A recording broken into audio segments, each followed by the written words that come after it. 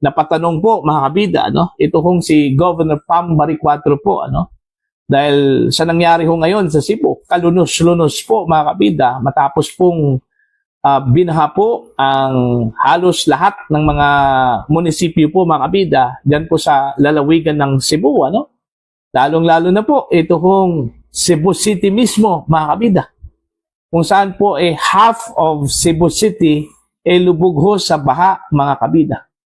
Ang tanong po ngayon ni Governor Pam, nasaan na po ang flood control projects mga kabida?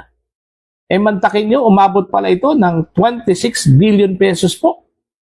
At hinanap po ngayon ito ng gobernadora po mga kabida, dahil hindi ho ganito katindi sana yung damage na dulot po mga kabida ng baha kung napunta lang po sa tamang paggastos po mga kabida, ito hong 26 billion pesos po na halaga po ng flood control projects mga kabida.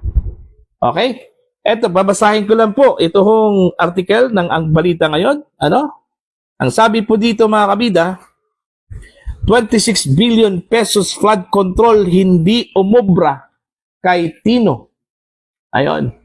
Yun yung sinabi ko po, tanong po ni Governor Pam kung andyan ba yung 26 billion pesos na flood control projects. Bakit po pinasok pa rin mga kabida ng tubig baha